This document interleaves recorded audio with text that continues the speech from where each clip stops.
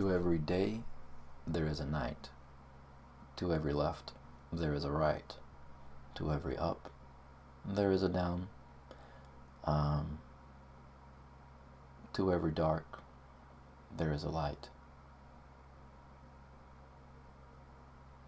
Everything has its opposite and equal. There are two sides to every coin, a front and back to each piece of paper, a beginning and end to a book. This is polarity, the law of polarity. And it's in everything. It's in you. There's male and female to everything. Inside you are masculine features, the structure of your bones, of your muscles, of your body. This is the structure that is contained, your left brain, your masculine. And then there's the right, and there's the feminine, which is your organs, the things that take care of you, the things that nurture you and help you grow. The right side of your brain, the creative, and then the left side of your brain, the logical. So on one hand, you have the logical and the structure, which is your left brain, part of you, and then the other one is the creative and that part of you. So yeah, polarity and there's gender, masculine and the feminine, and this is in everything. The masculine is your house that you live in. The feminine is what you create in the house, what you nurture and grow. The masculine is the protection of the house, the structure and the safety. And the feminine is what happens inside, what fills that space, what is allowed by that space. That masculine holds the feminine in safety so that it can grow and nurture. So there's masculine and feminine and everything. And, I don't want to get into,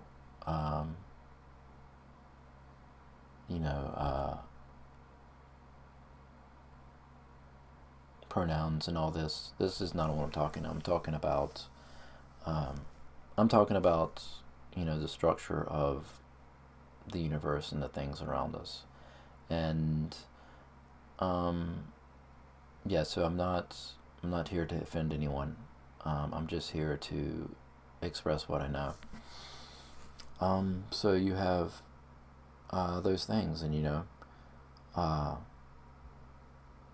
and this is what I know, is that there's a divine counterpart to you. If you let's just say, if you're masculine, then what you're seeking may be feminine, and if you're more feminine, what you're seeking may be masculine. And because our human race, the human is divided into the masculine and the feminine, and that's how we procreate, by those two things coming together. And so when you think about a soulmate, that's someone who is completely aligned with you, and has everything you need and everything you want. Is a 10-10 partner. No more of this dating around and sleeping around and looking for something and being unhappy in relationships. Is somebody who is aligned with you completely, and when you're with them, you will want nothing else. Now, how they come into being and how you find them is going to be wildly different. It depends on your experience. So I can't tell you how you're going to find them. I can't tell you where to look. And if you're looking for them, you may not be able to find them. But whenever you are no longer needing to find them, that's when maybe you find them. And it sounds all very cryptic, but that's how things work. Now, what can you do to, I'm going to say, align with your soulmate? because a soulmate may be someone you already know. You may be married to your soulmate, and you don't even know. And that may not make sense because maybe you have a lot of arguments, maybe you're wanting something else, maybe, it doesn't seem like it, but you can still be married to your soulmate. It's just that it's not quite aligned yet, and you have to work on it. So some people can be married to your soulmate for 20 years before they actually align with them. Other people can meet them in one day and just snap, you lock into place. It all depends on one thing, and it has nothing to do with them. Nothing at all. It has everything to do with you. Whenever you align, whenever you are healed, whenever your masculinity and your femininity and you inside you is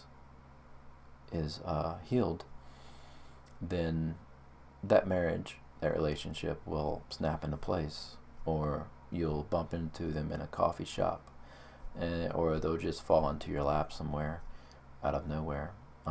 And it could be that this person has everything you want, and when you meet them, you have to go through a bunch of challenges. Maybe you meet them and then you have to go through a bunch of challenges in order to finish the alignment.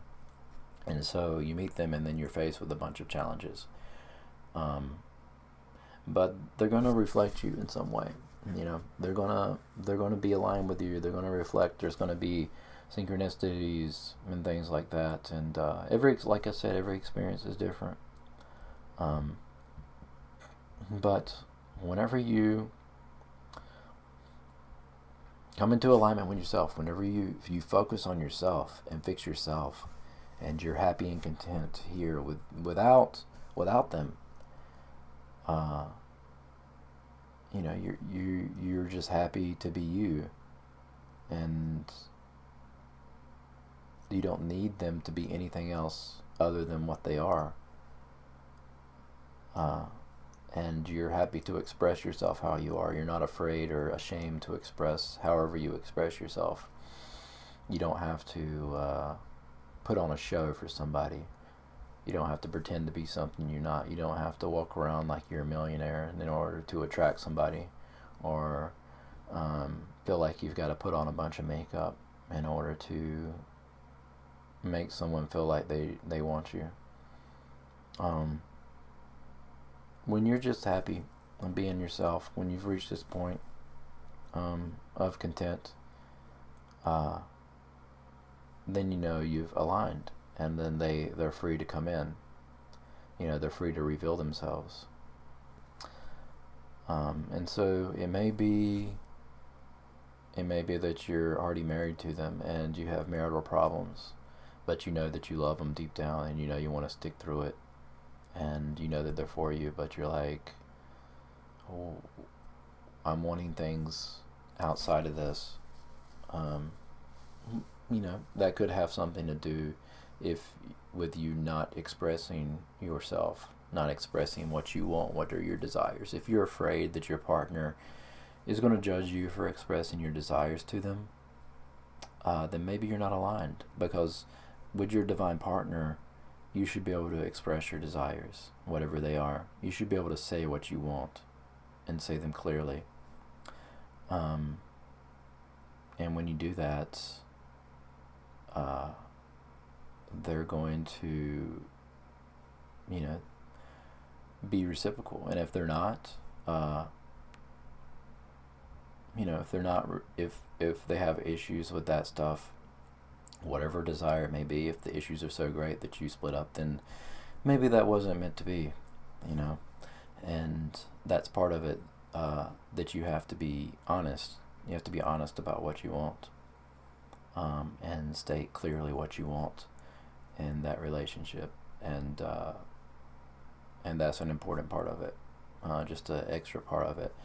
And I can get more into relationships later, and I want to get more into that, and how to express yourself in a relationship. But for now, I'm talking about the soulmates. And, um, you know, if maybe you don't believe in that and you just want to have as many partners as you want, that's fine. That's your choice. Um, that's your life. I personally feel that uh, after having partners that I really didn't align with, that there was always something there that was missing. And a lot of times, if you're going from partner to partner, you're just trying to feel something that you don't think can be filled. But there is someone out there who locks into place and fulfills your every need, your desire, everything you want. Uh, because you want it, it means there's someone out there to fulfill it, because you're an entire person. You're a whole person with desires and wants, and there's another whole person who is out there who wants you and everything you have to offer. Like I said, there's two sides to everything. And so, yeah, those are my thoughts about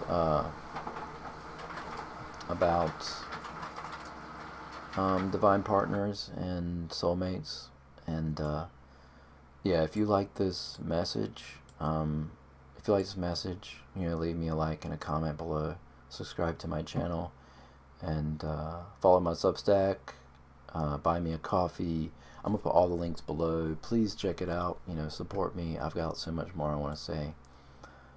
And yeah, if you have any questions, put them below. I'd love to talk with you and help you grow. Help you grow in this process and figure things out. So, yeah, I just want to see where this channel goes, and that's all I got for now. Bye bye.